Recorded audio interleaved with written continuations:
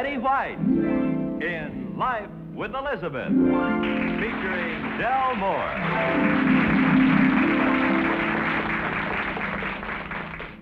Incident number 1 in the life of Elizabeth occurred the day she brought home a parrot.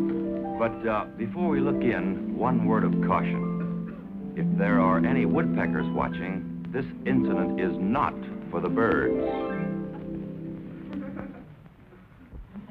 Elizabeth, there's a buzzard on your hand. Sorry. You better have a story ready for Alvin. He's coming in the door right now.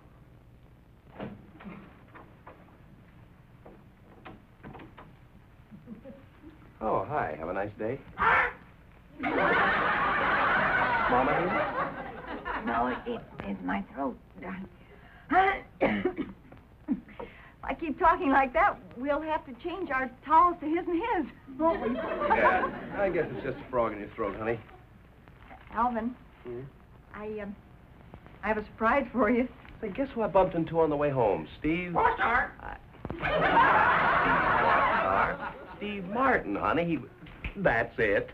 That's the surprise. You talked without moving your lips. You're studying ventriloquism. Oh, no. Well, not exactly. Four-star. There, you did it again. See? Oh, that's great. Steve who, darling? Four-star. Wait. Elizabeth, there's a feathered monster on the stick back there, and I'd like to see him. Alvin, this is Brentwood. Brentwood. Oh. Brentwood, this is my husband, Alvin. Shake claws. Elizabeth, where did you get this? At the pet store. I couldn't resist him. Isn't he adorable? No. Well, he's molding. He sure is.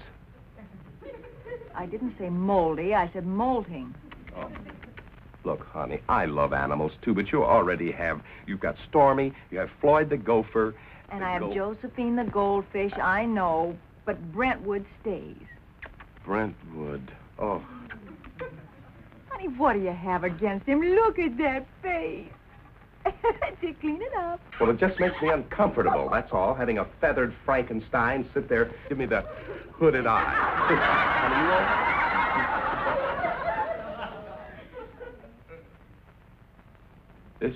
What's the matter?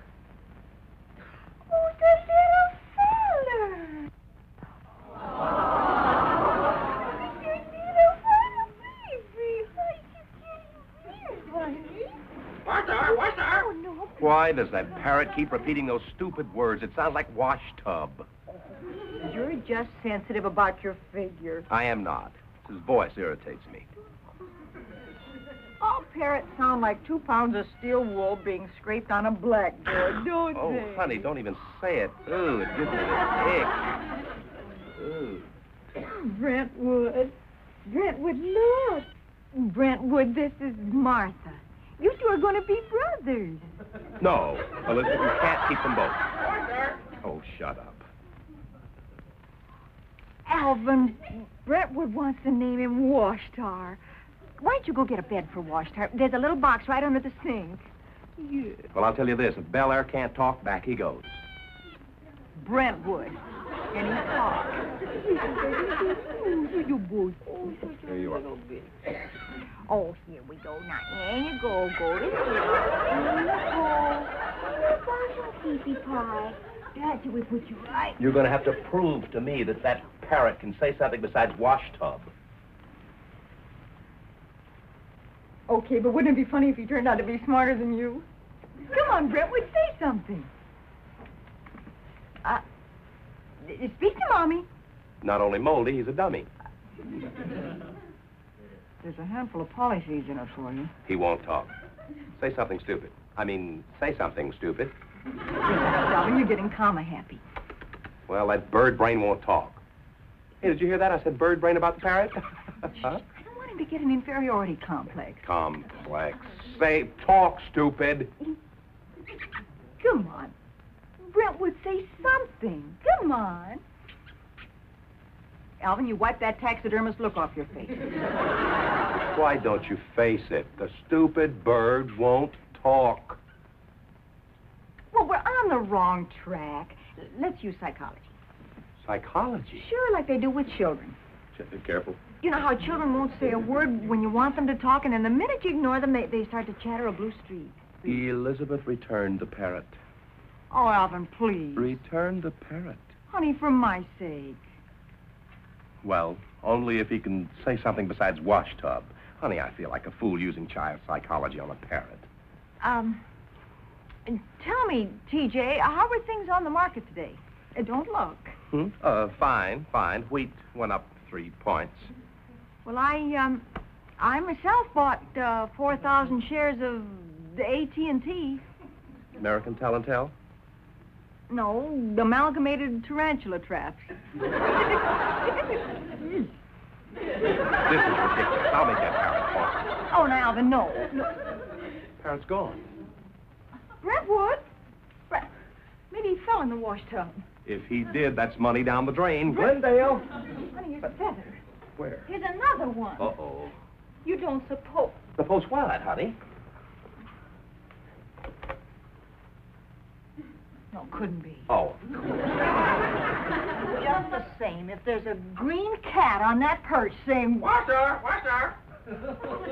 Look!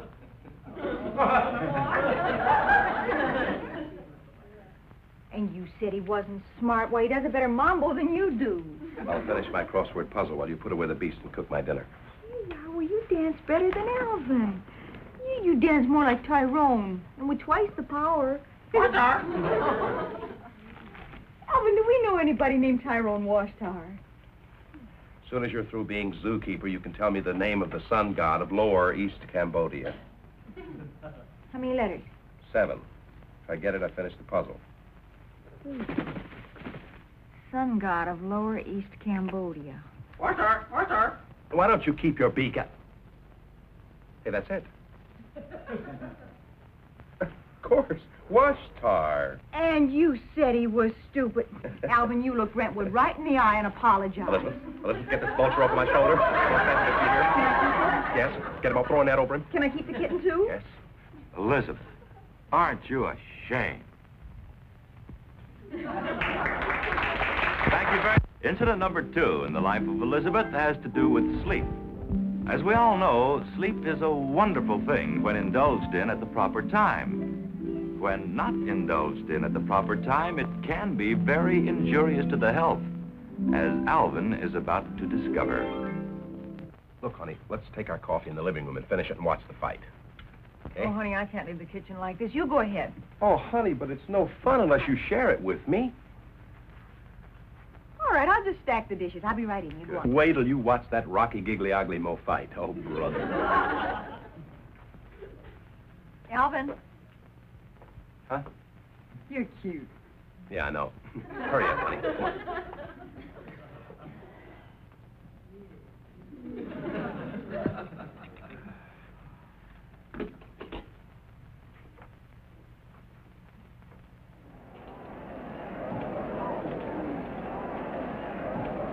Hurry up, honey, they're about to start.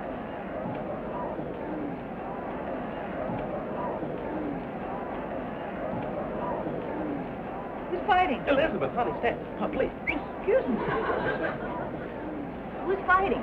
That bum in the white trunks there in Rocky Giggly Ugly. You never could pronounce those Irish names. Already had their instructions. Hey, the left hook, Rocky. The left. Get out! Should the bum in the white trunks be so happy? He hit him with his head. Follow! Get up, Rocky! He's doing it, darling. He's getting up Rocky. Stop the fight! Hey, Foul! He hit him with his head! Foul!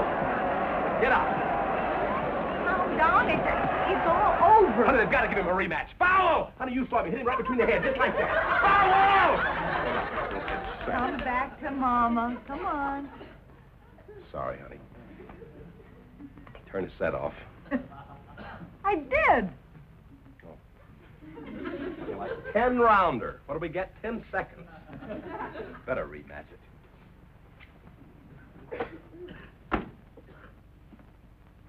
What do you want to do tonight, honey? Go to a show? Okay. I don't feel like it.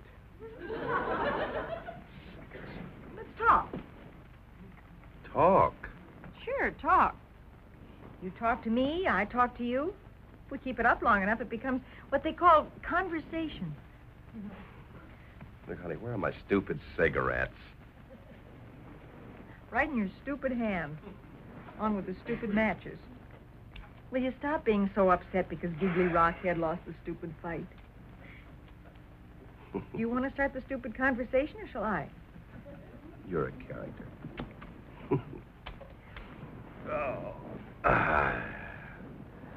Feet down, sweetheart. Why? Because it's a prelude to sleep. Prelude. What are you trying to do, finish the blanket before bedtime? These are the Argyles I promised you. Giles.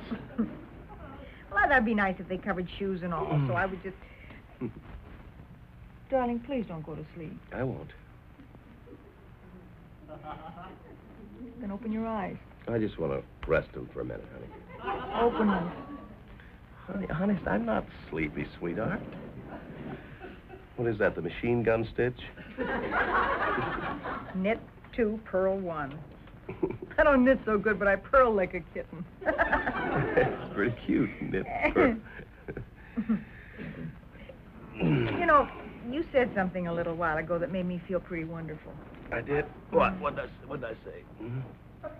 Well, you said that watching the fight wouldn't be any fun unless I was there to share it with you. That's right, that's right. It's what I call a real marriage. A real marriage, yeah. Are you going to sleep? No, honey, I'm just resting the eye muscles. Nobody could sleep this early in the evening. What are you saying about our marriage? Well, we have a happy marriage because we share things. You share your paycheck with me, and I share Mama with you. Mama's nice. Wake up, Alvin. In spite of all of our jokes and everything. That's what I mean. She's my mother, but still we joke about her because underneath is a real strong love. It's the same thing in everything we do.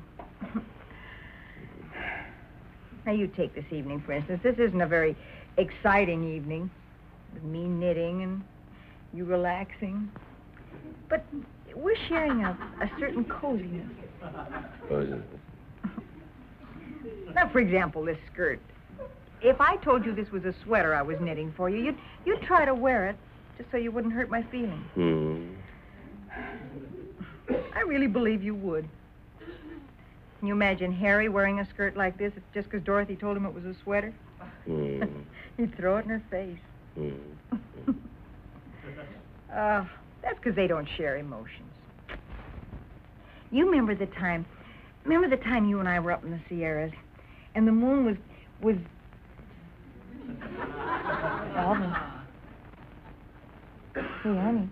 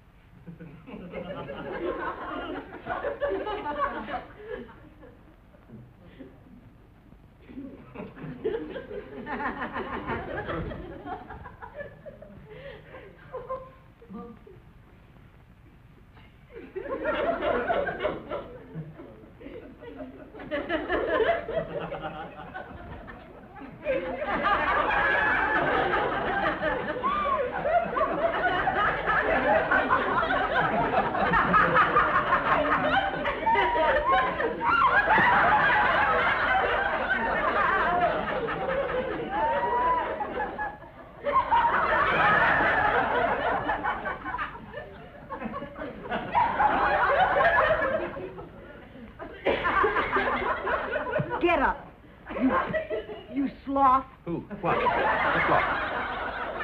If you're going to hate me, the least you can do is hate me when you're awake. What happened? If you're looking for your foot, you're sitting on it. The foot's asleep. So did the rest of you. My whole leg is numb. What are you hollering about? I'm married to a Rip Van Winkle who doesn't love me. Oh, honey, for goodness sake, of course I love you. Oh, the leg, honey. You can flip all yourself. Oh, what's the matter? What's the screaming for? You hate me. Honey, I do not hate you. I love you. Oh, take it easy. You went to sleep. Went right into hibernation in the middle of my speech about how happy we were. Look, it's coming back to life. It hurts now, honey. I know it does. That's why I'm doing this. Honey, please, look, cut it out, honey. I love you, and you know I do. You do not. Well, give me another test. No, it is. It's killing me, honey. Okay. Oh, it's awful. Here. Here's a sweater I knitted for you. You knitted this? This is a sweater for me? You knitted? Well, you don't have to wear it. It's just an experiment.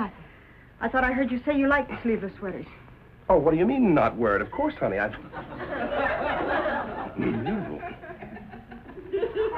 You do love me. I do? Of course I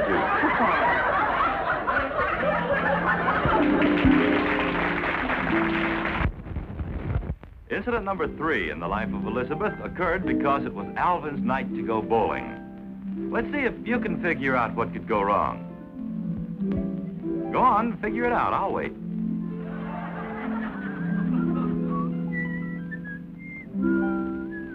You can't? Well, I guess we'll have to show you.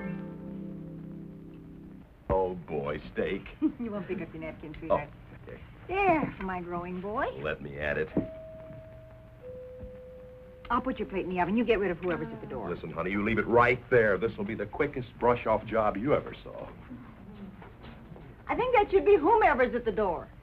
Whomever's at the door, get rid of whom. Him. Hi, Alvin. You all set?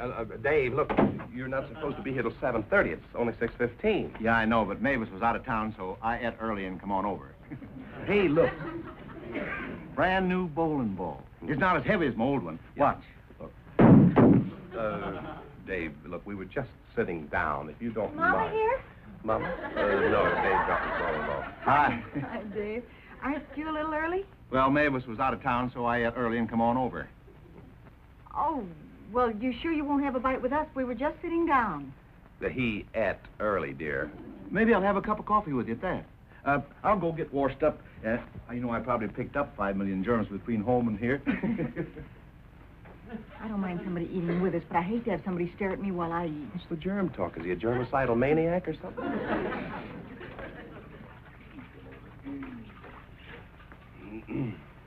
Oh, now you folks go right ahead, because I've already ate. I hope the operation will be a huge success. Well, I guess you didn't read the article, huh? What article? The article in last week's journal. It says we're living in a world that's just crawling with germs and bacillus and streptococcus, too.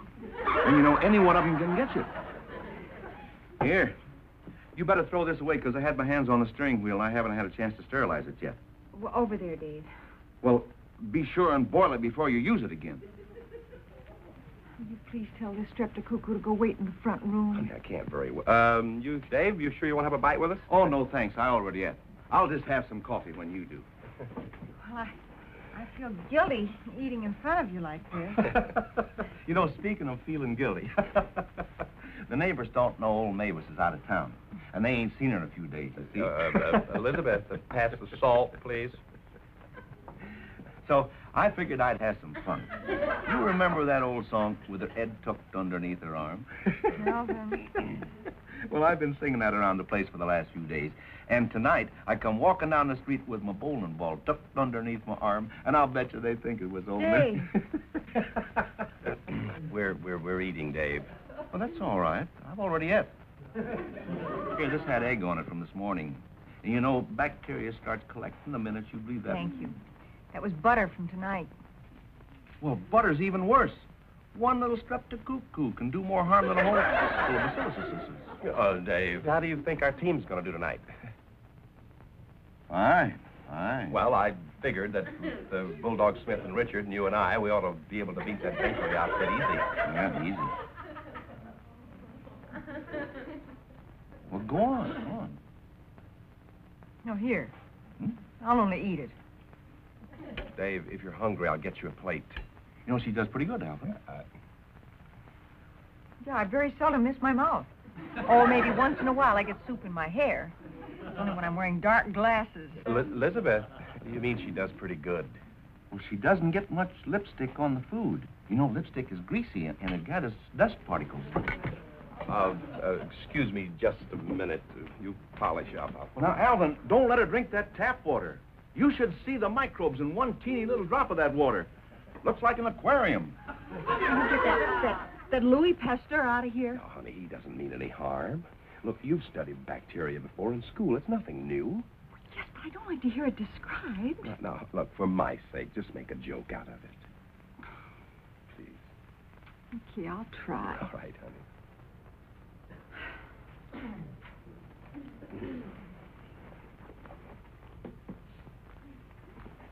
Tell me about Mavis's trip, Dave. Oh, she's back in Kansas. Went back to see an old aunt. What's her name? Antiseptic? Nope, her name's Lavinia.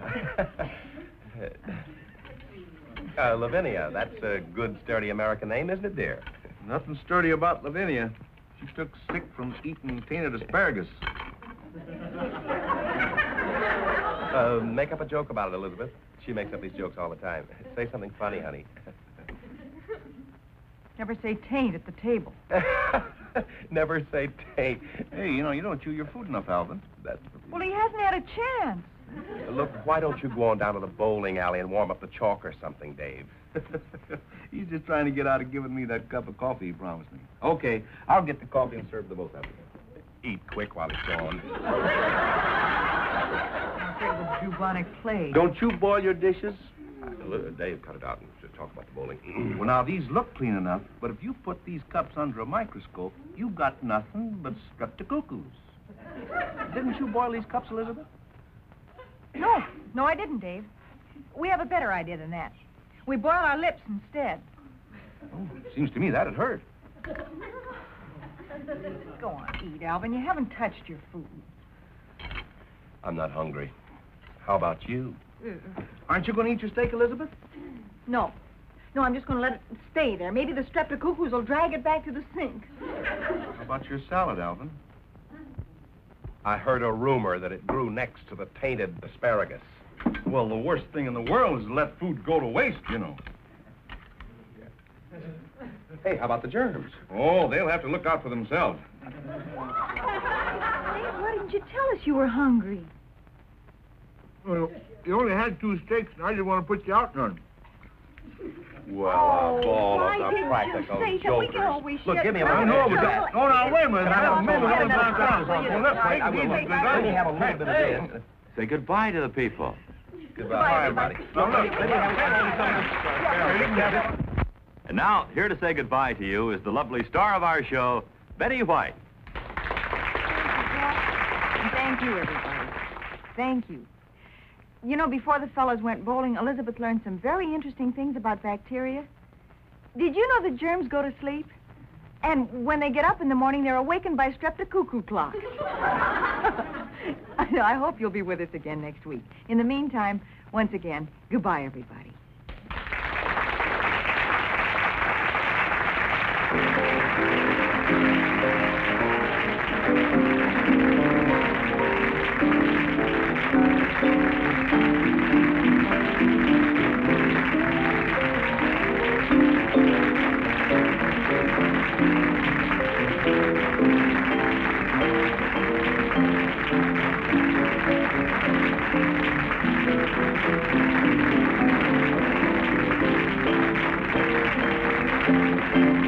Thank you.